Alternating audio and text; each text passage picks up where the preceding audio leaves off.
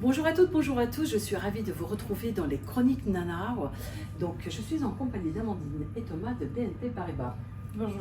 Bonjour à tous les deux. Alors comme vous pouvez voir derrière, nous sommes sur un événement organisé, porté par un très beau réseau qui s'appelle Femmes des Territoires. C'est la 3e édition où ce beau réseau qui est un réseau d'entraide, de soutien et de faire monter en compétence les femmes entrepreneurs. Et donc avec cette 3e édition, on est dans le concret, on travaille sur des ateliers et vous avez participé vous-même. Alors est-ce que, déjà, première question qui me vient à l'esprit, c'est pourquoi BNP Paribas soutiendrait les actions d'entrepreneuriat des femmes? L'un ou l'autre? Alors, BNP Paribas s'investit énormément pour accompagner tous ses clients, hommes et femmes. La parité est une chose importante au sein de notre entreprise et que je souhaite également développer et accompagner de plus en plus de femmes dans leur projet entrepreneurial. Très bien. Moi, je suis là aussi pour représenter le dispositif Connect Earth by BNP Paribas, qui est un partenaire donc, de Femmes des Territoires et qui est là pour accompagner les femmes dans leur aventure, parce que c'est une aventure aussi entrepreneuriale. Et aussi, donc avec Thomas, on est là aussi pour un peu dépoussiérer l'image du banquier ou un peu démystifier l'image qu'on a en fait auprès des femmes et qui souvent n'osent pas assez pousser la porte et solliciter les financements auprès de nos établissements. Ouais, c'est clair. Et comme vous nous partagez, vous étiez dans ces ateliers, vous venez de nous le dire, elles n'osent pas pousser la porte des établissements. Dans tout ce qui s'est dit, sans dévoiler bien sûr cette confidentialité, parce que la parole doit être aussi sanctuarisée, ce qui est normal, et elles permettent vraiment de pouvoir s'exprimer et de venir travailler. Qu'est-ce que vous avez, constaté? Est-ce que vous voyez des évolutions? Est-ce que vous voyez des choses dans le bon sens, j'ai envie de dire, ou est-ce que malheureusement on voit qu'il y a encore des freins et quels sont-ils, quoi? Peut-être Thomas?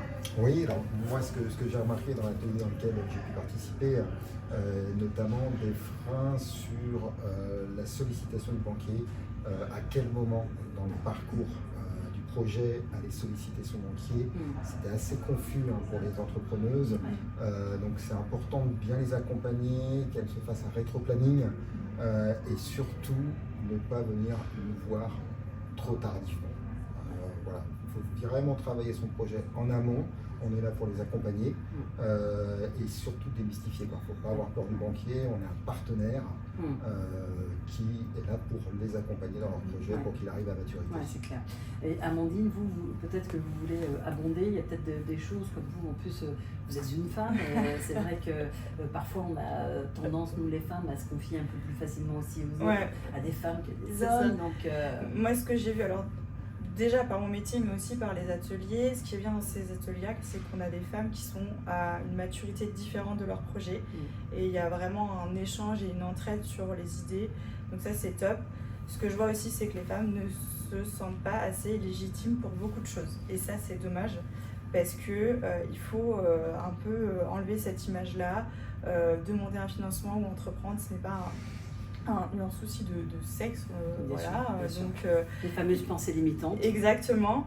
Et justement, je pense de ces échanges, il va ressortir pas mal de choses.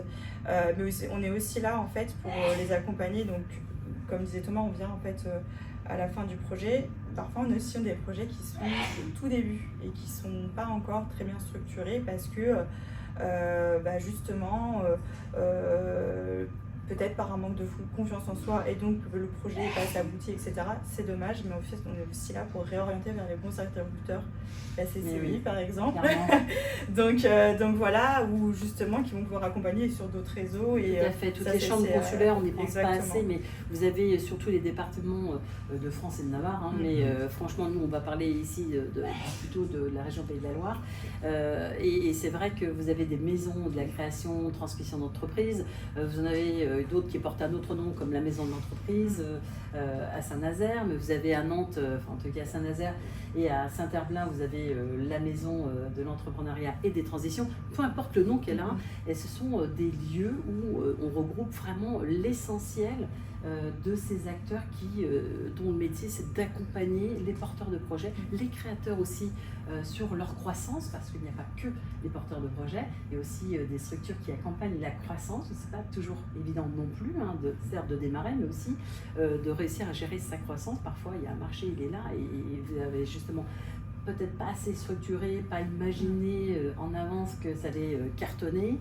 et du coup vous n'allez pas y arriver, pas parce que vous n'avez pas le marché, mais parce que vous n'avez pas la structure, vous n'avez pas recruté, et là on a besoin de se faire à nouveau accompagner. Vous devez le voir, j'imagine, au quotidien. Peut-être Thomas, un mot là-dessus?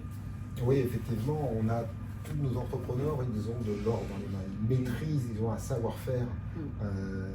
Le métier d'entrepreneur, c'est différentes casquettes.